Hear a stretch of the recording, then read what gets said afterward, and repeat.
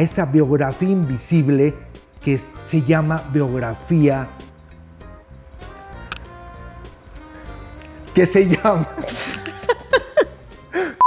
llama biografía humana. Tú eres bueno, tú eres malo, tú eres bonito, eres feo, eres inteligente, haces todo mal. Y bueno, esa identidad en la biografía humana nosotros la vamos a conocer como el personaje. Creemos que hablamos de nuestra biografía normal, de la que sabemos qué hacíamos de niños, nuestros recuerdos, pero hay algo más profundo todavía que es la que nos domina, ¿no? Y no hay ninguna terapia que sea maravillosa que nos resuelva todos los problemas, ¿no? Una terapia lo que debe hacer es darnos una nueva visión de nosotros mismos. Bienvenidos a Diversum 33, el podcast que va más allá de un podcast porque fundamentalmente es un espacio para tu forma de ser. Y hoy te invito a que te quedes con nosotros porque vamos a hablar sobre un tema bien importante, bien interesante. Y me refiero a esa parte invisible que nos domina, a esa parte invisible que toma decisiones por nosotros, pero sin tomarnos en cuenta. Y me refiero a esa biografía invisible que se llama biografía humana. Y para explicarnos más sobre ello, tenemos hoy a una psicóloga, a una especialista en biografía humana, pero también una terapeuta gestalt. Me refiero a Esmeralda Araiza. Bienvenida a Diversum 33. Muchas gracias, Víctor. Muy contenta de estar en tu podcast. Gracias. Bueno, pues una pregunta obligada para iniciar es la siguiente. Platícanos sobre cómo nace esta metodología, o no sé cómo la podríamos llamar, de lo que es la biografía humana. Bueno, mira, la biografía humana es un método de indagación personal creado por Laura Gutman. Laura Gutman es una escritora, es terapeuta argentina, y ella creó esta metodología, pues ya lleva muchos años practicándola. Bueno, pues recorrer la biografía es abordar nuestra realidad interna, ¿no? Abordando nuestra realidad interna a partir de la mirada del niño que fuimos y no a partir del punto de vista de la persona que nombró esa realidad cuando nosotros éramos niños, que generalmente fue nuestra madre, ¿no? El discurso materno. Entonces, nosotros cuando somos niños vamos construyendo una identidad que está basada en las palabras que nos nombra mamá. Sí, por ejemplo, ella nos dice, tú eres bueno, tú eres malo, tú eres bonito, eres feo, eres inteligente, haces todo mal. Y bueno, esa identidad en la biografía humana nosotros la vamos a conocer como el personaje. Esa identidad nosotros la cargamos hasta que somos adultos y el propósito de la biografía es primero descubrir cuál es el personaje que adoptamos y después desarmar ese personaje para ir como si fuera una cebolla, le vamos quitando las capas para quedar lo más cerca que podamos de nuestro ser esencial. Entonces, vamos a decir que esa biografía, tú dices, la adoptamos, o más bien nos la inculcan o algo así, es decir, se está transmitiendo sin darnos cuenta. Lo que decíamos al inicio es una biografía invisible, pero que toma decisiones por nosotros. Y hablar un poco coloquialmente, es decir, no nos pela. Creemos que hablamos de nuestra biografía normal, de la que sabemos qué hacíamos de niños, nuestros recuerdos, pero hay algo más profundo todavía que es la que nos domina, ¿no? Sí, mira, en realidad cuando llegamos a terapia, todos llegamos con nuestros discursos engañados, que fue lo que nos contó mamá. Haz de cuenta que nuestros recuerdos se van organizando a partir de las palabras que nos nombró ella, ¿no? Por ejemplo, llega alguien a terapia, es que yo estoy muy mal, toda la vida me ha ido muy mal porque mi papá me abandonó. Entonces ahí, ¿quién te dijo que tu papá te abandonó, no? Fue su mamá la que le echó todo. Obviamente ella fue la que tenía la tristeza, la desesperanza, la desilusión, y ella siempre le dijo, es que tu papá nos abandonó y esto. Entonces él adoptó ese discurso, no, yo estoy mal porque él nos abandonó. Pero ¿dónde quedó la protección que tenía que dar ella? ¿Dónde está el sostén, el cobijo, el amor que le tocaba dar a la mamá?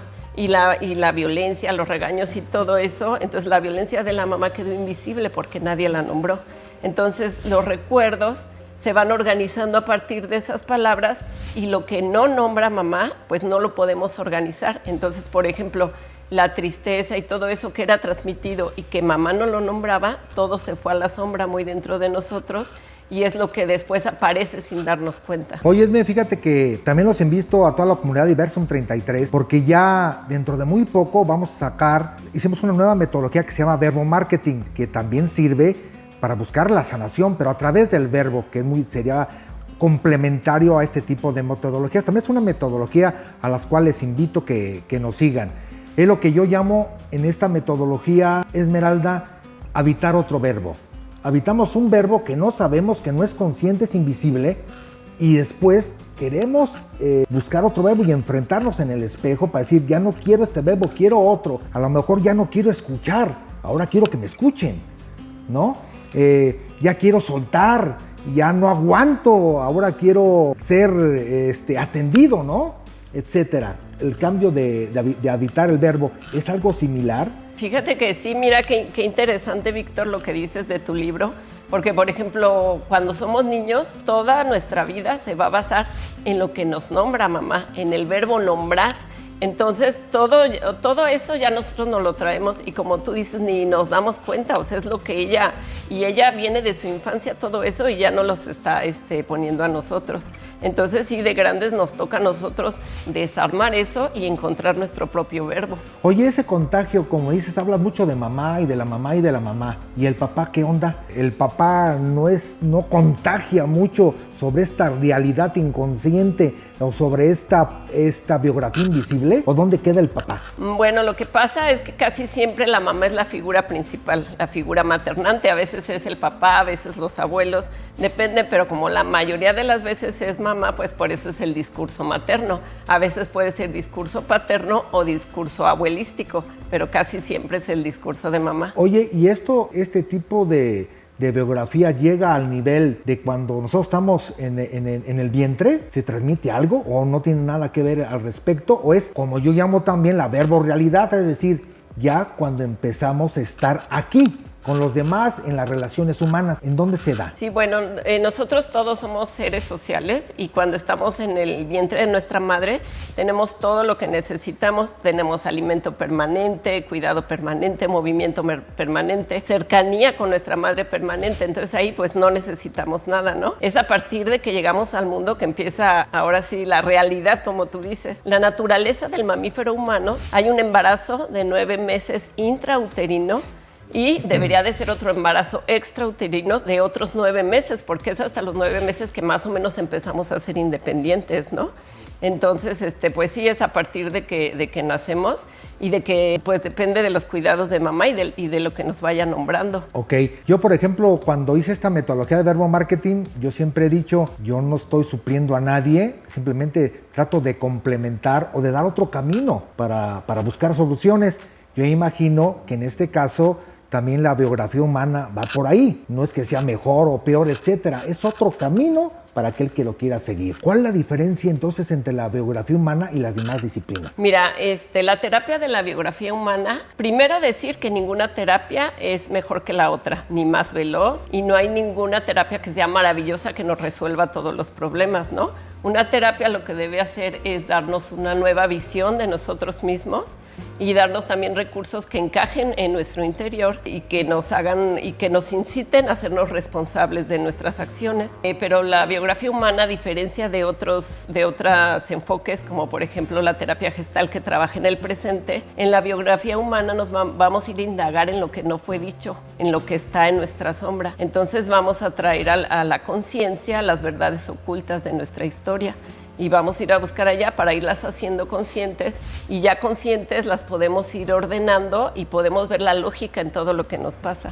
Fíjate que es bien interesante lo que acabas de decir, porque yo al tratar de hacer esta metodología también me di cuenta, voy a tratar de explicarme. Tenemos un cerebro derecho y un cerebro izquierdo, o sea, 2 hemisferios, pero normalmente uno de esos cerebros, que es el izquierdo, que es el racional, es el que más se le toma en cuenta. Es el soberbio, ya es tan soberbio porque todos hablamos de ese hemisferio, es muy soberbio ese hemisferio. Lo más importante es sumar, lo más importante es ser práctico, en las escuelas lo más importante era memoriza, analiza, tienes que tener la razón en esto, etcétera, ¿no? Pero hay también personalidades que nos llevan a imaginar, a emocionarnos, a ser más creativos.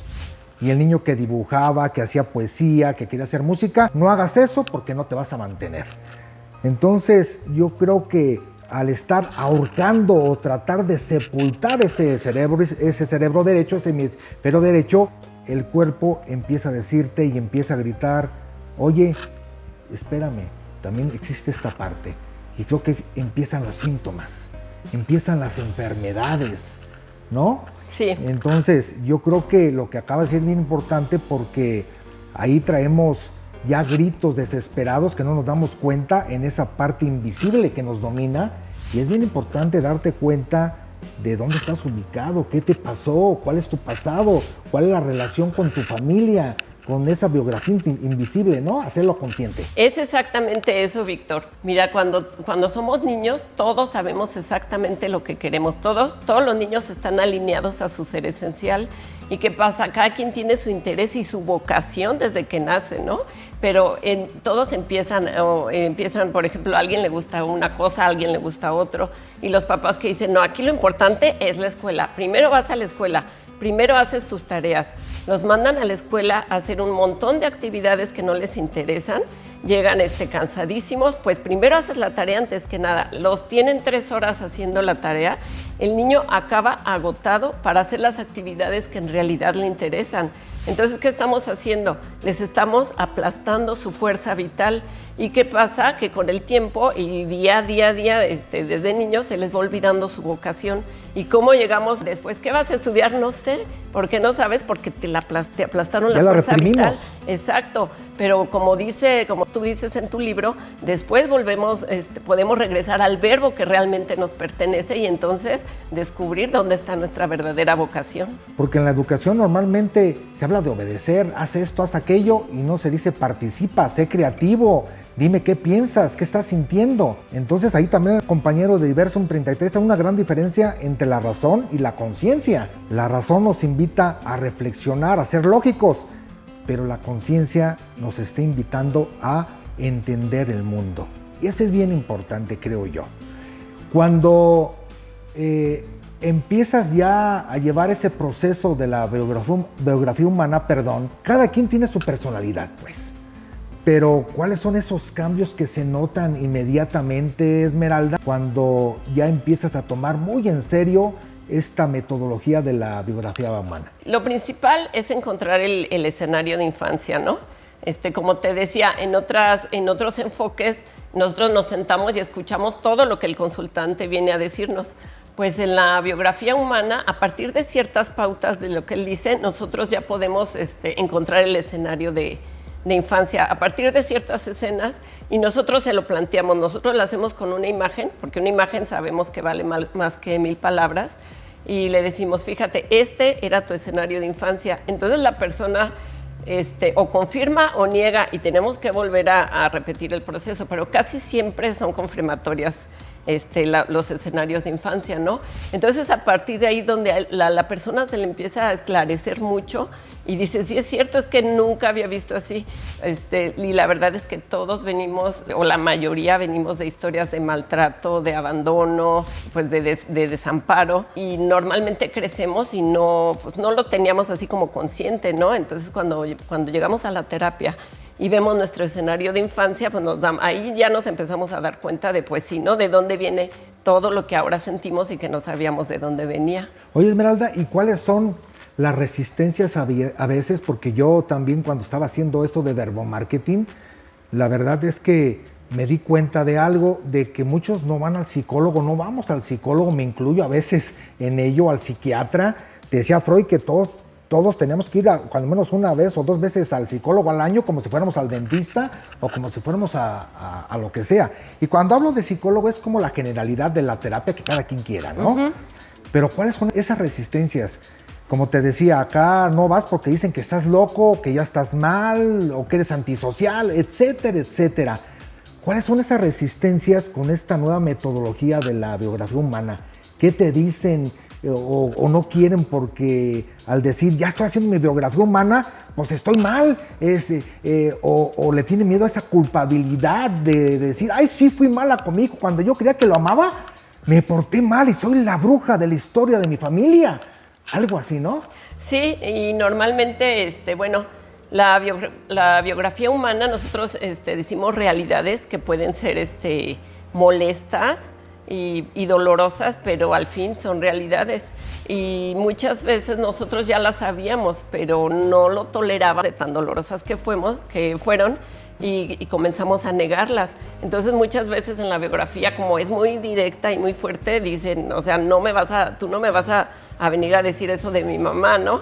Pero al final siempre se dan cuenta que pues es así, la realidad es así, y la verdad es que no vamos a juzgar a nadie, no estamos para juzgar a ninguna madre, porque ellas hicieron lo que pudieron, lo mejor que pudieron con las herramientas que tenían en ese momento, y seguramente la infancia de nuestra madre pues fue peor que la nuestra, ¿no?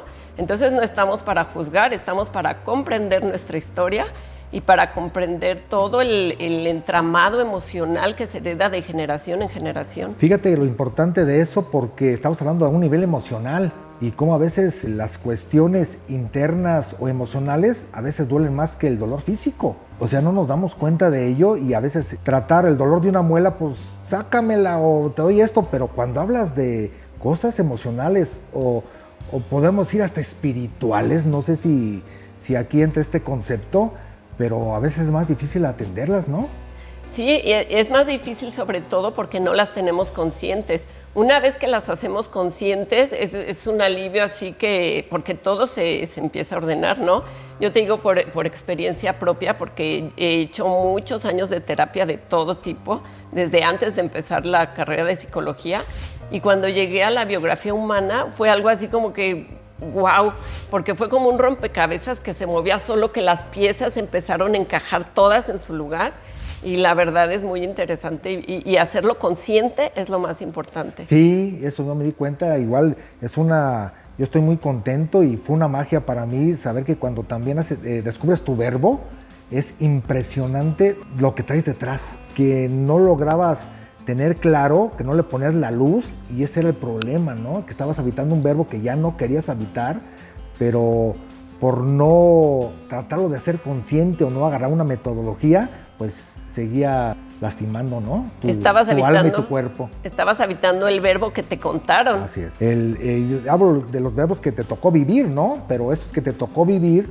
pues muchas veces fueron inyectados por todos tus familiares, sí, ¿no? En este caso yo hablo pues de todos los familiares y de toda la sociedad también, ¿no? Sí. Pero eso, oye, tú como mamá, yo sé que es difícil, muy difícil tratar de recomendar algo, porque pues cada quien tiene su personalidad y cada quien va descubriendo su camino, ¿no?